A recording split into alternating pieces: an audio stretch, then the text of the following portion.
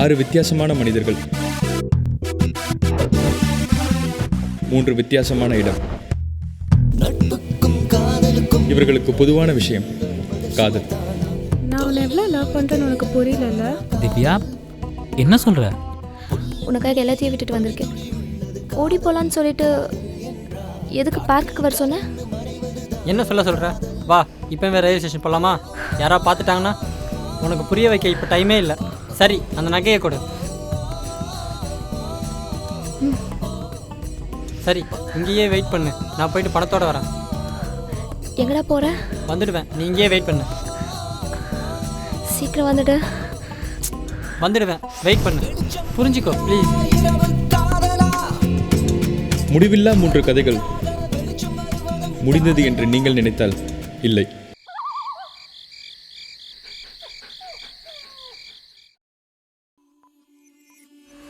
இந்த உலகத்தில் எல்லாருக்கும் எல்லாமே கிடைச்சிடுறதில்ல, சிலருக்கு மட்டும்தான் அது அமையும். அப்படிதான் எனக்கு நீ கிடைச்ச. நீ தான் என் உலகம், உயிர், எல்லாமே. நான் இது வரைக்கும் யாரையுமே நம்பினதில்லை, உன்னை மட்டும்தான் நம்பினேன். ஆனா நீயும் என்னை ஏமாத்திட்ட.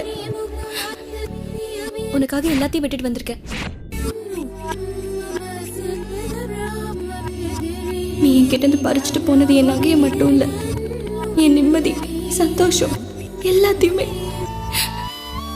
உன்னால ஏமாத்தப்பட்டனா ஒரு ஏமாளி.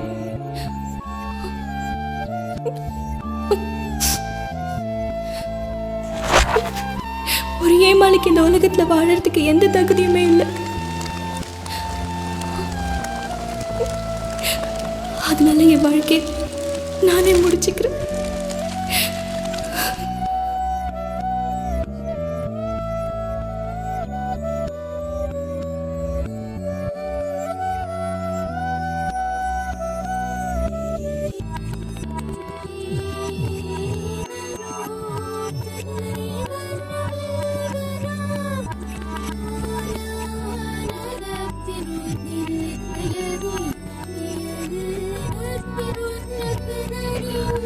எங்கடா போற?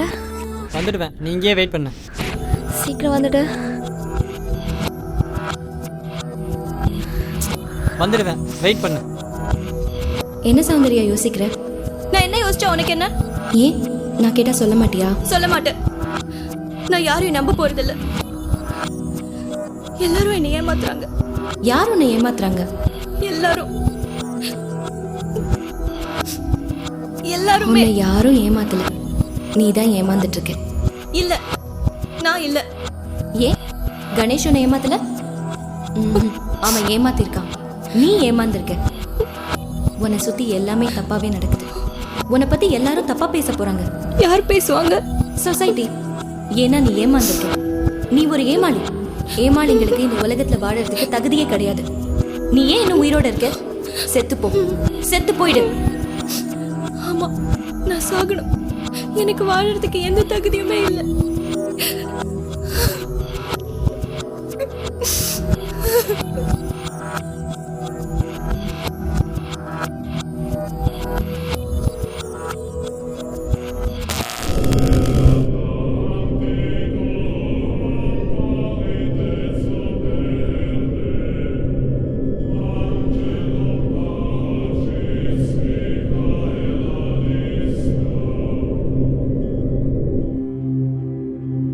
ஸ்டூடெண்ட்ஸ், இப்போ பார்த்தீங்கன்னா இந்த பேஷண்ட் கூட ரொம்ப ரொம்ப பெக்யூலியர் கேஸ். அதாவது she has been affected by schizophrenia. சுருக்கமாக சொல்லணும் அப்படின்னா, இல்லாத ஒரு விஷயத்தை கற்பனை பண்ணிட்டு அது கூடவே வாழறது. நல்லா பார்த்தீங்க அப்படின்னாக்க அந்த ரூமில் யாருமே கிடையாது. ஆனால் அவங்கள பொறுத்த வரைக்கும் அந்த ரூமில் யாரோ இருக்காங்க. அவங்க பேசுகிறது இவங்களுக்கு கேட்குது. இவங்க திருப்பி பதில் சொல்கிறாங்க. லிட்டரலாக சொல்லணுன்னா அவங்க கூடவே இவங்க வாழ்ந்துட்டுருக்காங்க. ஸோ டாக்டர், அப்படி யாருமே இல்லைன்னு சொல்லி அவங்களுக்கு புரிய வச்சு அவங்கள குணப்படுத்த முடியாதா? நீங்கள் சொல்கிற அளவுக்கு அது அவ்வளோ ஈஸி கிடையாதுங்க. ஏன்னா இவங்களோட பெரிய பிரச்சனைன்னு பார்த்தீங்கன்னா, இவங்க யாரையுமே நம்ப மாட்டாங்க. ஸோ இவங்க நம்புகிற ஒரே விஷயம் அவங்க கேட்டுட்ருக்கிற அந்த குரல், அவங்க கற்பனை பண்ணி வச்சுருக்கிற அந்த இல்லாத உருவம். டாக்டர், எதனால் அப்படி ஆறாங்க? என்ன காரணம்? காரணம் அப்படின்னு பார்த்தீங்கன்னா ஸ்பெசிஃபிக்காக எதுவும் சொல்ல முடியாது. ஏன்னா இதை பற்றி இன்னும் நிறைய ரிசர்ச் ஒர்க் போயிட்டு தான் இருக்குது. ஆனால் ஒருத்தரோட கேரக்டர், அவங்க வாழ்ந்த வாழ்க்கை, அவங்கள பாதித்த விஷயங்கள், அவங்கள சுற்றி இருந்தவங்க, இதெல்லாம் சில காரணம்னு சொல்லலாம். ஏன் ஜெனட்டிக்ஸ் கூட ஒரு காரணம்னு சொல்லலாம். டாக்டர் இவங்கள பொறுத்த வரைக்கும் லவ் பண்ணதுனால தான் இப்படி ஆனாங்களா? சாரிங்க, ஒரு முக்கியமான விஷயமே சொல்ல மறந்துட்டேன்.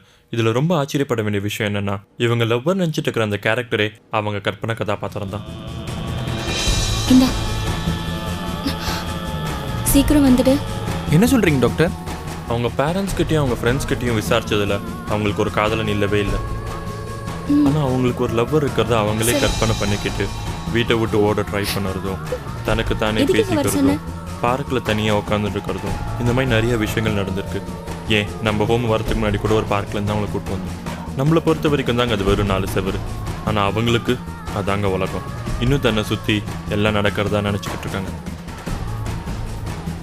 ஆஸ் மெடிக்கல் ஸ்டூடெண்ட்ஸ் இந்த வருஷம் உங்கள் ப்ராஜெக்ட்டுக்கு இந்த கேஸ் ஸ்டடி யூஸ்ஃபுல்லாக இருக்கும்னு நினைக்கிறேன். இது விழிகள் சிந்திப்பதல்ல, உங்கள் மனம் சித்தரிப்பது.